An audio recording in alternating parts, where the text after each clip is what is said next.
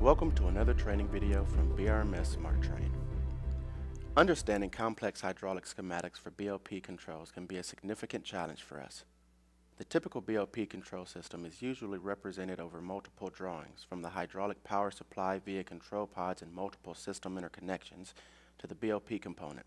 The schematic can be confusing and time-consuming to navigate correctly. Take a look at this typical fail-safe valve assist circuit schematic. It covers multiple pages and many interacting components. This is pretty typical of schematics applied for maintenance troubleshooting and training. Let's take a look how BRMS Smart Train can greatly simplify these circuits for training and to help us gain a better understanding of BOP control systems.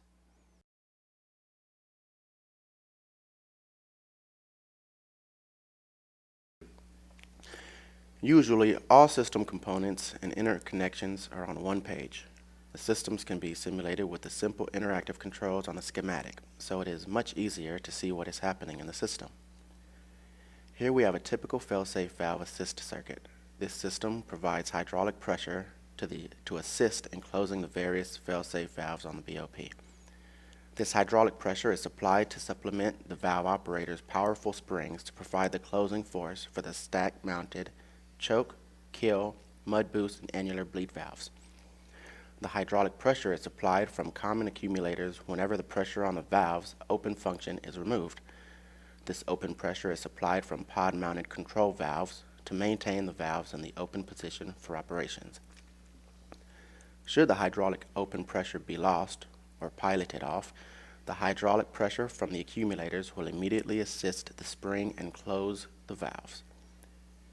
The accumulators can be charged from the system control pods, and they can also be vented or dumped when required.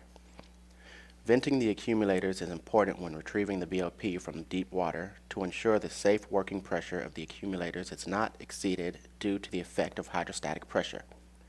The system has built-in protection for this also, in the form of relief valves. These are preset to prevent over-pressurizing the system. Let's take a look at the schematic. It's pretty straightforward. Note the accumulators. These are dedicated to specific valves. There are two 15-gallon accumulators common to the gas bleed valves, one for the inner and one for the outer. The single mud boost valve is directly controlled from the control pods open and close. The individual choke and kill isolation valves are also directly controlled from the pods. These are mounted on the LMRP. For simplification of this video, and as all dual fail-safe valve controls have similar circuits, we have included only the mud boost valves, the choke and kill isolation valves, the gas bleed valve circuit, and the upper kill valves. Note, also the choke and kill valve circuit. These accumulators, 215 and 180 gallons, are dedicated in common to only the stack-mounted choke and kill valves. Now let's initiate the simulation and follow the functioning of the various components to get a better understanding of how these systems work. First, we note that all valves are in their fail-safe closed condition. Let's ensure the system's accumulators are fully charged by initiating the inner and outer accumulator charge. We can see the accumulator charge pressure supplied from the surface HPU is filling all accumulator capacity.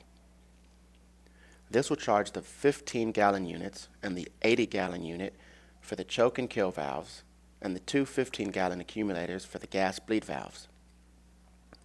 We note the system is now fully charged and high pressure assist is present on fail-safe close actuators.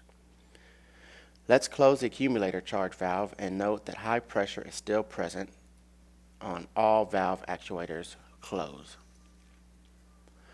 Now let's open a valve. Select the inner gas bleed valve open and note that the valve actuator is now opening the valve. This compresses the internal springs in the valve's actuator and opens the valve for operations. Note the hydraulic pressure flows to the valve open port through a small variable restrictor.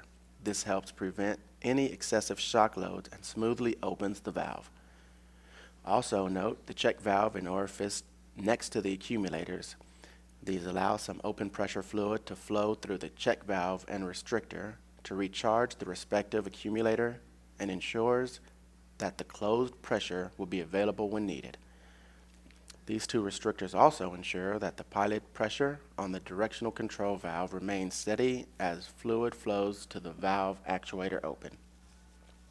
Let's open all the valves. All the valves are now open. Let's see what happens when we remove opening pressure on the inner gas bleed valve. The valve immediately moves to the closed position. The accumulator hydraulic pressure assists the valve's actuators internal springs to close the valve. This is typical for all fail-safe closed valves. What happens when we lose accumulator charge pressure? Note that the accumulators in the system maintain their pressure, even when the surface charge supply is removed due to the check valves, which prevent the accumulator pressure from venting. Let's recharge the accumulators. Note all valves are closed and hydraulic close assist is applied. Next, we will dump the accumulators. This is always done before retrieving the BOP. First, we have to remove the accumulator charge pressure.